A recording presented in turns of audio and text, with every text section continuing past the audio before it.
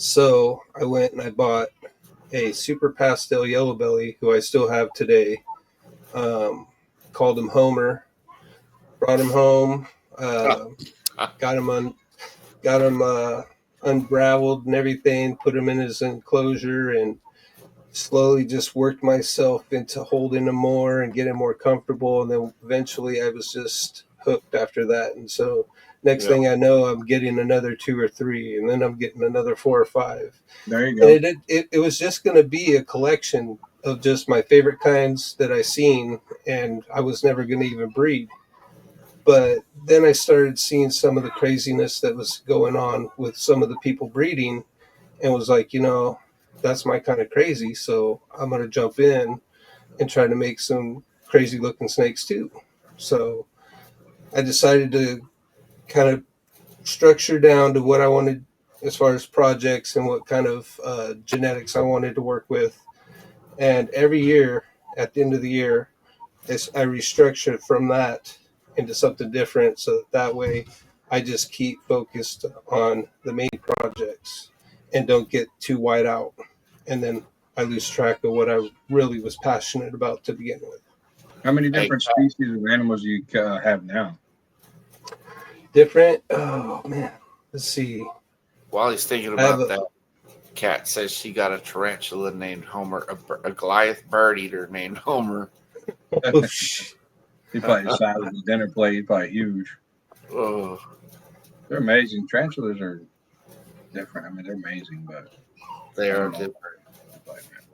I probably have like 11 different species or something like that right now. And that's between the snakes, the lizards, and like if I just categorize scorpions as one and then the tarantulas as one. Okay. Now, Now, do do you you have work a with favorite any? species you like to work with more than the other? It's funny because the true species that I like are like the water dragons and stuff like that, the agamides.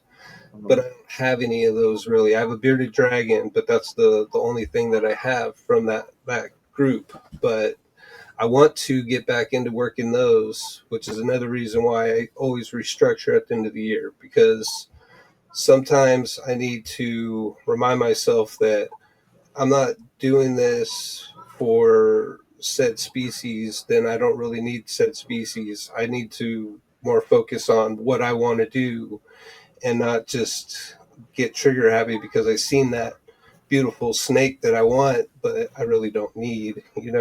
I Yeah. got a corn snake right now in the collection. She's beautiful and I love her to death, but I'm not going to breed corn snakes. Yeah. I'm not going to get another corn snake. That's just going to be the only corn snake, and that's fine with me. I love it as a pet, but that's all it's going to be. And I don't want to have too many pets. You know what I mean? Yeah, Yeah. It's understandable. yeah, it's a lot I of got work my with a tegu. bunch of Yeah. pets. Oh yeah, my tegu is too. Yeah. Now, do you work with any of the bigger snakes or just like ball pythons? I have a super dwarf retic, but he's still pretty young. Okay. My blood python female, she's about 4 or 5 years old, so she's got some size on her. She's Yeah, for sure. Tell us about she's that really super nice though. dwarf. I love super dwarfs. The What? super dwarf that I What's the have, mentality and all I, that on it? yeah, I got him from Brian over at Hell Creek Reptiles, and he's a 50% Kalatoa, and he's just a wild caught pattern. So he's just like a normal 50% Kalatoa basically, and I love the way that it has the high arching between the pattern, and there's just tons and tons of purple. And as it gets older, you just start to see more and more of that as it ages Okay. and it sheds out. And it's just something about that Kalatoa pattern. It's just awesome. Yeah. Yeah, I've got I a like how they're always constantly they look at you and you're like, man, that's a thinking animal right there. It's constantly thinking. Yeah. I like that. Oh yeah. That's what I like about them the most. Yeah. And he's a sweetheart too. The blood and the retic are both sweethearts.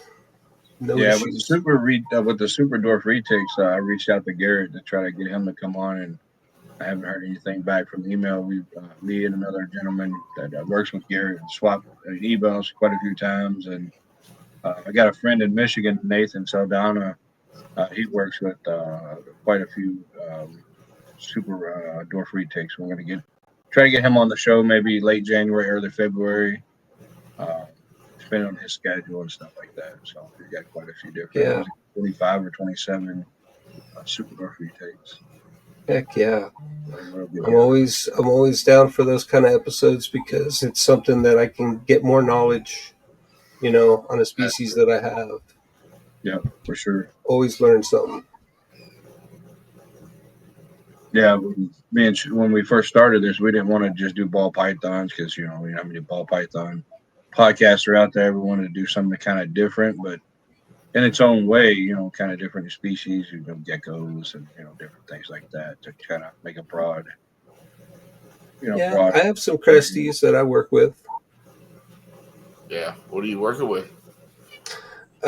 We actually have it's a fire harlequin, I think, and then then I have a dark phase harlequin male, and then I have a brindle female, and so I'm using those three only for right now, anyways, to just kind of get some eggs out of those three. But I've already got one from the dark face harlequin and the brindle that I'm growing up, and that thing is beautiful. It's like a super creamy dark color. And I'll have to snap pictures and show you guys, but yeah, it's pretty. And I got 2 more eggs that I'm hoping are gonna hatch here soon. That's awesome. What? Hi, Mitzi. I held my Mitzi today. I mentioned you. That's what I was wondering too. What's going on there?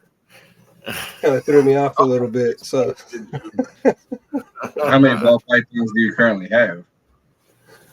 ball pythons Yeah. with the babies, I'm gonna say probably close to 80-ish. Do you breed your own rodents, or you? Yeah, I got Yeah. ASFs and I got Norwegians. Okay. Yeah. Oh no, for that many mouths, yeah, I'm not paying for frozen thaw. That must be nice. I got you. Yeah. Ridiculous. Yeah. No, and as soon as next year, hopefully, I'm gonna get my shop built. I'll be expanding that, and then I'm planning on probably going to sell some of them to local. Okay. I went to a show, man, and this guy had frozen rats, frozen smalls for like $5.